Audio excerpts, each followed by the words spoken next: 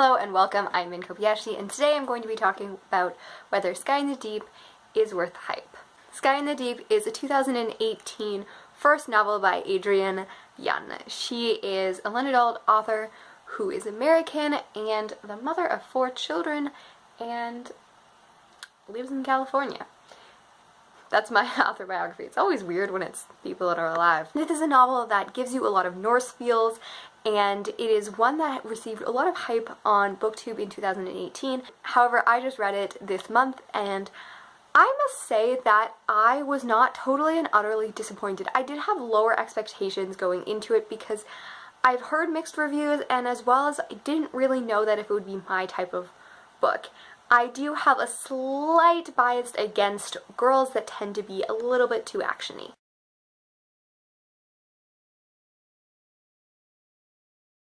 However, I'm going to talk about the synopsis and then whether or not it is good. This book is about Ailyn, and she is in this tribe called the Ashka. Her family and her clanspeople tend to go to war at around the age of 11 or 12, which was her case. And when she was 11 years old, her and her fighting partner, that of her beloved brother Eri, went off and had their first fight against the Riki.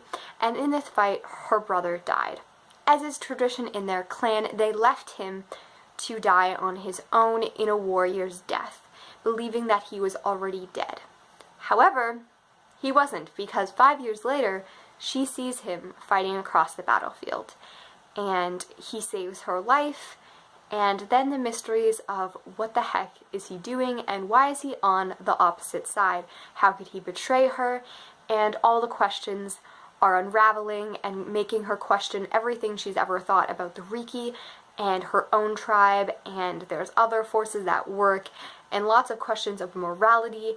I must say that the writing is fantastic. It is alluring and beautiful. It is written in such beautiful ways that it kind of made me think that she was in love with everyone at the beginning. I was like, what vibes am I getting here? Because the way that she describes things are so lovely. They're the way that only people who are in love kind of describe, I guess, that have this sense of beauty and rose-coveredness. But it's gorgeous to have that, and to have it juxtaposed with a warrior kind of gritty, dirty world. A world where we have so many descriptions of death and brutality and kind of maiming and things that, you don't even really expect to have in a YA novel, which I did appreciate. I often have issues with how characters deal with death and the ideas of killing in their society, especially like this, where it's a battle culture. It's a culture where you need to fight to survive. So the idea of not killing is ludicrous. And the thought of it being something immoral is something that a lot of people haven't crossed. And I really dislike it when people who are in those cultures somehow feel very foreign to that culture and very 21st century. However, Ailyn didn't. None of the characters felt out of place as if they were trying to be too 21st century. And I really adored that factor. I also adored the fact that she wasn't a heartless killer. It tells the story of her first kill and how she cried that day and how she was 11 years old and she cut someone's throat. And then how after that she kind of became numb to the feeling of killing people. And I feel like, though I do not have a history of murdering people, just to take that out, I do think that that would be a very realistic experience for someone in a culture like this, because she's not void of emotions. However, it is something that they have to do in their society and something that she's become attuned to.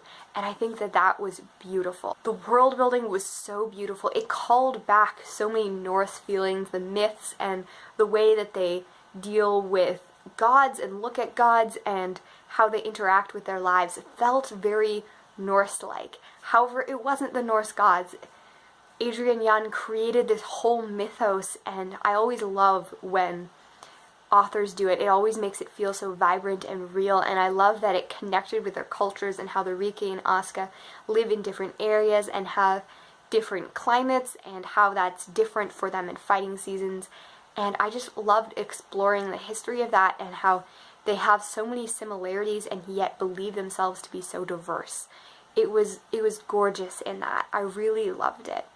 I don't think that her characters were as well fleshed out as her world. I don't think that they were cookie cutter and they seemed to be all one person. No, they all had a distinctive feel and a distinctive voice in many ways. However, they didn't really seem to be much alive. Like, I can tell you their traits and I can tell you what made them unique, but there was no emotional depth. Even when they had emotional scenes, it didn't really seem that, not out of character, it just didn't seem like I was really experiencing those things with them, that I felt anything for them.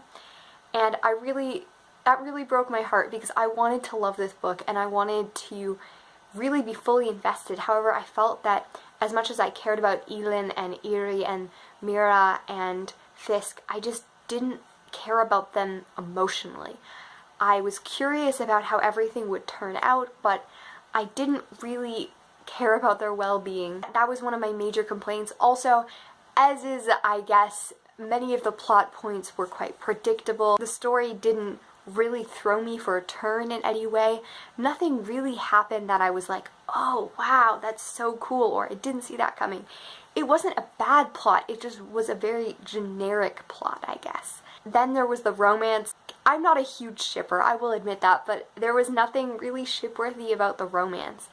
I felt that I thought it was going to be a beautiful slow burn, because it was definitely something that I wasn't even sure if it was going to turn into a romance at first, because there wasn't that many hints, except for there wasn't very many hints, as in, like, suddenly it was just upon us and there was, oh wow, they're in a romantic relationship.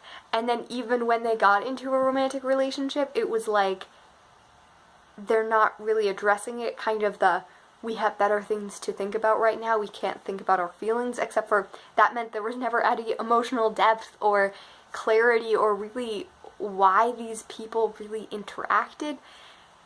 And I couldn't say that it made the book any better. If anything, it just made it more like, why is it here kind of thing. I guess that's spoiler, but I did really like the subplot of discussion about other characters and their romantic interests. Overall, I think that Adrienne Young is a beautiful and wonderful writer, and this was her first novel, which I will say that for her first novel, her world building and her writing was extraordinary.